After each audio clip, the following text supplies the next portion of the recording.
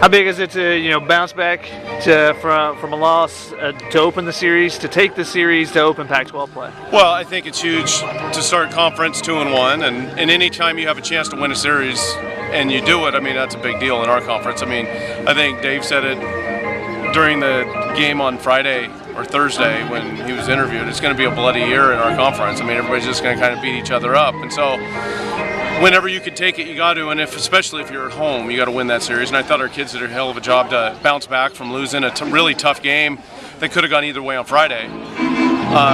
To really come out and put it to them yesterday, and then answer today. I mean, it seemed like we answered every time they scored, and it was like they'd punch, we punch back. And I thought, I thought Joe did a good job of holding them to one whenever it was a spot, and then Andrew came in and did a great job pitching out of that bases loaded jam.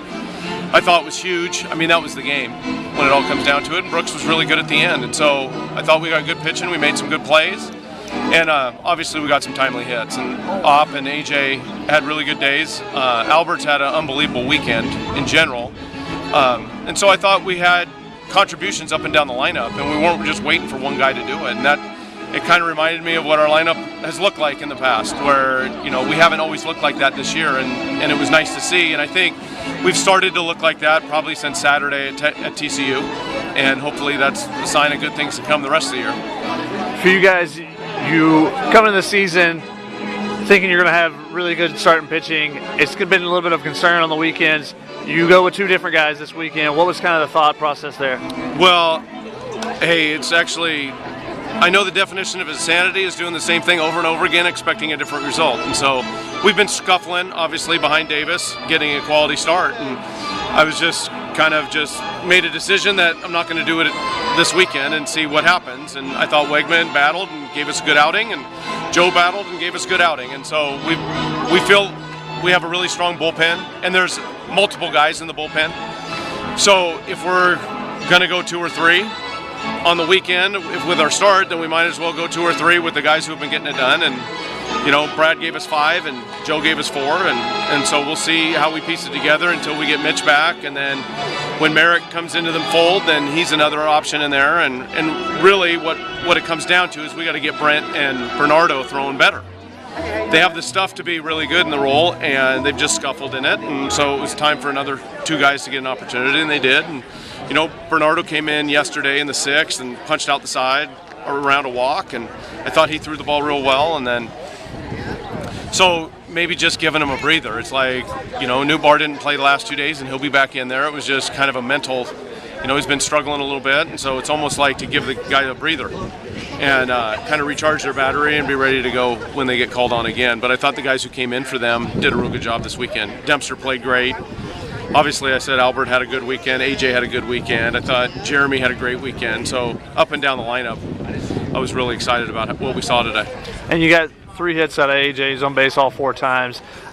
He's been kind of a feast or famine guy for you. Today, when they left mistakes up, he punished them, home run, and won a near home run to dead center, about 2 feet from getting over the wall there. What do you kind of tell him going up there, because it's been such a, either a strikeout or an extra base hit, it seems like? Well, that's what it seems like, and that's what it seemed like last year. But I think his numbers are showing that he's way better this year than last year. I mean, he had 260 last year, but he also led our team in homers and second on our team in RBIs. And so he comes up with big hits. And so I thought when he stays with his plan and what he wants to do, I think he's good. It's just when he really expands his zone, you could see him in one at-bat against Bain. I want to say he swung at 2 elevated fastballs when he had done such a good job his previous 2 at-bats of pushing the ball down. Swung through 2 fastballs, then he got a hanging breaking ball and hammered it for a single to left. And he stayed within himself on that swing, and that's kind of the thing. He has crazy power and strength at contact that he doesn't have to max effort swing to get it done.